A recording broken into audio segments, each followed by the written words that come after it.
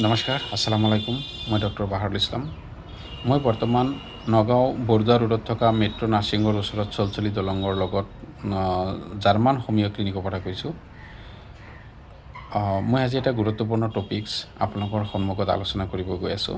সেইটো হৈছে মানুহৰ gold bladder stone. Gold bladder stone হ'লে কি কাৰণত হ'ব পাৰে বা কেনেকৈ গ'ল্ড ব্লাডাৰ ষ্টোন হয় বা হোৱাৰ পিছত অপাৰেশ্যন লাগিবনে নাই, আৰু অপাৰেশ্যন কৰিলে কিবা ছাইড এফেক্ট আছে নেকি, তাৰ পিছতো আৰু ষ্টোন হোৱাৰ সম্ভাৱনা থাকে নেকি, বা কি খাদ্য খালে ষ্টোন হোৱাৰ সম্ভাৱনা কম, বা ষ্টোন কেনেকৈ প্ৰিভেণ্ট কৰিব পাৰি তাৰ ওপৰত আলোচনা কৰিম। প্ৰথমতে জানি লওক যে গ'ল্ড ব্লাডাৰ ষ্টোনটোনো কি। যে আমি যেতিয়া মুৰ্গী এটা কাটো, মুৰ্গীত আপুনি ভিতৰত চাব পিত্তথলী এটা থাকে, যিটো খুব তিতা থাকে, নীলা কালাৰ থাকে, সেইটো আমি মানে পেলাই দিওঁ। এই পিত্তথলীটো হৈছে মানুহৰ গ'ল্ড ব্লাডাৰ, আৰু পিত্তথলীত থকা যিটো ৰস থাকে সেইটো হৈছে বাইল। সেইটো লিভাৰে বাইল চিক্ৰেট কৰে, আৰু সেইখিনি পিত্তথলীত আহি জমা থাকে। যেতিয়া মানুহে খাদ্য খায় তেতিয়া এই পিত্তথলীৰ পৰা এডাল চিবিৰি এটা নলী আছে, সেইটো দি গৈ পেলাই খাদ্যৰ লগত মিক্স হয় আৰু খাদ্য হজম হোৱাত সহায় কৰে। আৰু যেতিয়া এই পিত্তথলীটোত কিছুমান পৰিৱৰ্তন আহে তেতিয়া মানুহৰ গ'ল্ড ব্লাডাৰ ষ্টোন হয়। সেই পৰিৱৰ্তনখিনি কেনেকুৱা?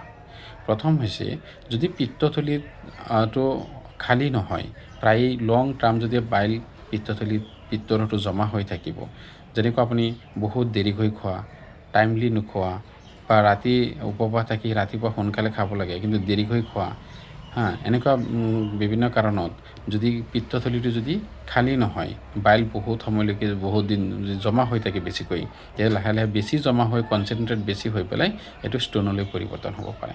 আৰু এটা কাৰণ হৈছে যে মানুহৰ যদি কলেষ্ট্ৰল যদি বেছি থাকে বাইলে যিমান কলেষ্ট্ৰল ডিজলভ কৰিব পাৰে তাতকৈ যদি বেছি কলেষ্ট্ৰল যদি বাইলত থাকে, পিত্তৰসত থাকে, তেতিয়াহ'লে কলেষ্ট্ৰল ষ্টোন হয়।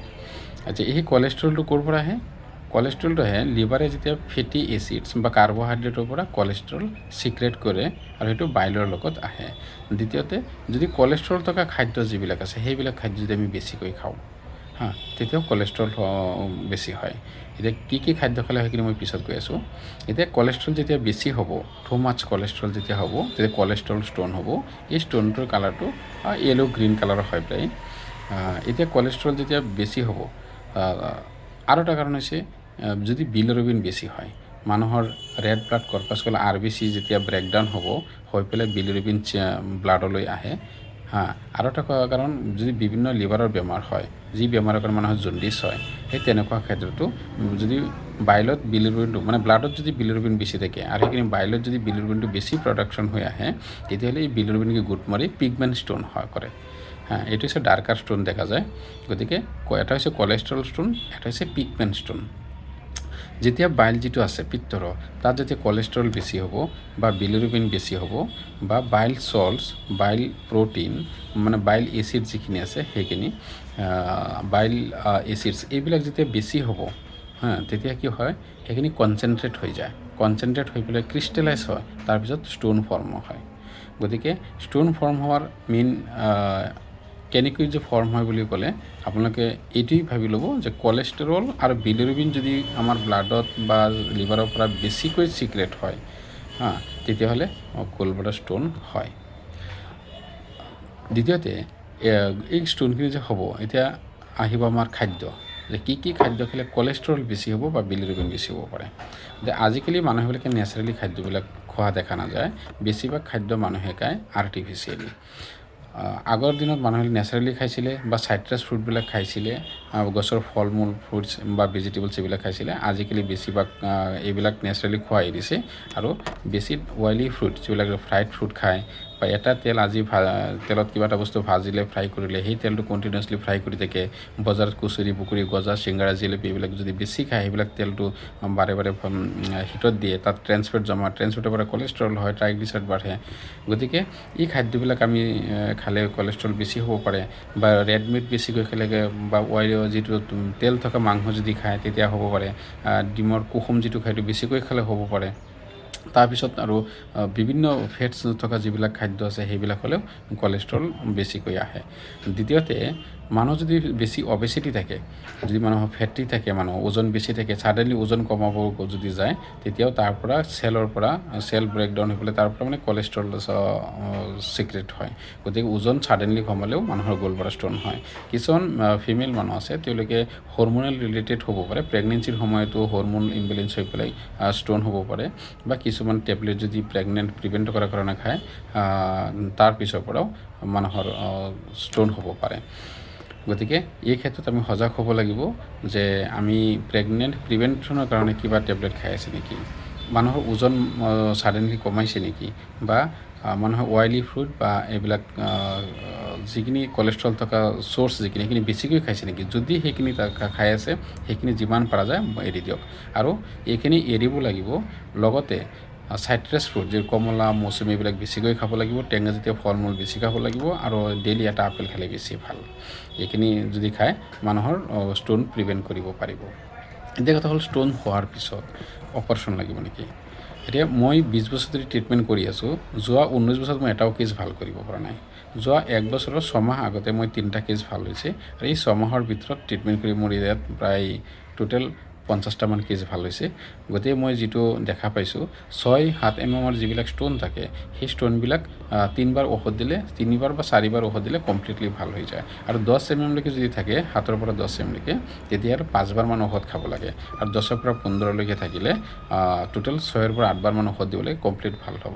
আৰু 15ৰ ওপৰত যদি থাকে, আৰু তাত যিটো গলব্লাডাৰ আছে তাত যদি ইনফ্লেমেশ্যন থাকে, বা কিবা যদি পুজ জমা হোৱাৰ নিচিনা থাকে, তেতিয়াহ'লে সেইটো কি হ'ব, প্ৰথম এটা ড'জ দিম। এটা ড'জত যদি ইনফ্লেমেশ্যন নাইকিয়া হৈ যায়, বা ইনফেকশ্যন নাইকিয়া হয়, বা যিটো ফুলি আছে এনেকুৱা যদি নাইকিয়া হয়, আৰু ষ্ট'নটো যদি আগতকৈ 1 বা 2 কমি আহিছে, তেতিয়া কণ্টিনিউ যদি কৰা যায় 8-9 মাহমান, তেতিয়া কিউৰ হ'ব। আৰু যদি প্ৰথম ড'জটোত নকমে, তেতিয়া অপাৰেশ্যন কৰিব লাগিব। আৰু 20ৰ ওপৰত গ'লে জেনেৰেলি অপাৰেশ্যন কৰাটো ভাল। এতিয়া অপাৰেশ্যন, ধৰক কোনোবা ক্ষেত্ৰত অপাৰেশ্যন লাগিলে, অপাৰেশ্যন কৰিলে, কৰাৰ পিছত আকৌ ষ্ট'ন হ'ব নেকি। এতিয়া কথা হ'ল, যিবিলাক মানুহ অপাৰেশ্যন কৰে, অপাৰেশ্যন কৰাৰ পিছতো যদি নিয়ম নীতি মানি যদি নাখায়, যদি চাইট্ৰাছ ফ্ৰুট যদি এইবিলাক যদি নাখায়, টেঙাজাতীয় ফল মূল একেবাৰে নাখায়, যদি নেচাৰেল যদি খাদ্যবিলাক নাখায়, বা বেছি গেছ হোৱা খাদ্যবিলাক বা কলেষ্ট্ৰল খাদ্যবিলাক যদি খায়, তেতিয়া লিভাৰে যিখিনি বাইল, পিত্তৰ যিখিনি ডেইলি চিক্ৰেট কৰি আছে, আগতে পিত্তথলীত জমা হৈ আছিলে, আৰু এতিয়া পিত্তথলীত জমা হোৱা নাই। পিত্তথলীটো যিটো কাটি দিয়ে, তাৰপিছত ডাইৰেক্ট যিটো CBD ডাক্ট আছে, সেইফালে গৈ পেলাই খাদ্যৰ পাকস্থলীৰ ওচৰত যিটো ডিউনেৰাম পাৰ্ট আছে, তাত পৰে, খাদ্যৰ লগত মিক্স হয়। কিন্তু যেতিয়া মানুহে দেৰিকৈ খাব, তেতিয়া এই পিত্তৰসটো আকৌ সেই নলীডালত জমা হৈ পেলাই নলীডালতো পাথৰ হয়। গতিকে সেই যেতিয়া নলীডালত পাথৰ হ'ব, সেইটো অপাৰেশ্যন কৰিলে বহুত টকাৰ প্ৰয়োজন হয় মানুহৰ, 1.5 লাখৰ ওপৰত খৰচ হয়, আৰু সেইটো অলপ ক্ৰিটিকেল অপাৰেশ্যন হয়। গতিকে এনেকুৱা ক্ষেত্ৰত মই বহুত কেছ পাওঁ যে অপাৰেশ্যন কৰাৰ পিছতো সেই নলীডালত পাথৰ হৈছে। গতিকে মানুহে অপাৰেশ্যন কৰাৰ পিছত খাদ্যবিলাক এনেকৈ খাব লাগে যাতে আমাৰ পাথৰ নহয়। গতিকে যাতে কলেষ্ট্ৰল জাতীয় খাদ্য এৰিব লাগিব, যিবিলাক অইলি ফুড, যিবিলাক হাই ফেটছ থকা যিবিলাক খাদ্য, বা বেছি ডিমৰ কুহুম যিটো, এইবিলাক, বা চল্টি ফুড, বা বজাৰত যিবিলাক ফাষ্টফুড পোৱা যায়, জাংক ফুড, এইবিলাক এৰি দিব লাগিব। আৰু আপেল বা চাইট্ৰাছ ফ্ৰুট, কমলা, মৌচুমী, এইবিলাক খাব লাগিব। খালে গলব্লাডাৰ ষ্ট'ন সাধাৰণতে নহয়। গতিকে মোৰ চেম্বাৰটো হৈছে নগাঁও চলচলি, জাৰ্মান হোমিঅ' ক্লিনিক, বৰদোৱা ৰোডত আছে, মেট্ৰ' হস্পিটেলৰ ওচৰত। যদি কাৰোবাৰ 15 mm লৈকে পাথৰ আছে, গলব্লাডাৰ ষ্ট'ন আছে, তেতিয়া আহিব, নিশ্চয় ভাল হ'ব। আৰু মই যিকেইটা ভাল হয় সেইকেইটাহে ট্ৰিটমেণ্ট কৰোঁ। যিটো দেখোঁ ভাল নহ'ব, সেইটো মই কেতিয়াও ট্ৰিটমেণ্ট নিদিওঁ, 1 টকাৰ মেডিচিনো মই নিদিওঁ। গতিকে আশা কৰিছোঁ যে গলব্লাডাৰ পাথৰ হ'লে আপোনালোকে ভয় খাব নালাগে, অপাৰেশ্যন নোহোৱাকৈ ভাল হয়। আজি ইমানতেই, ধন্যবাদ, খুদা হাফেজ।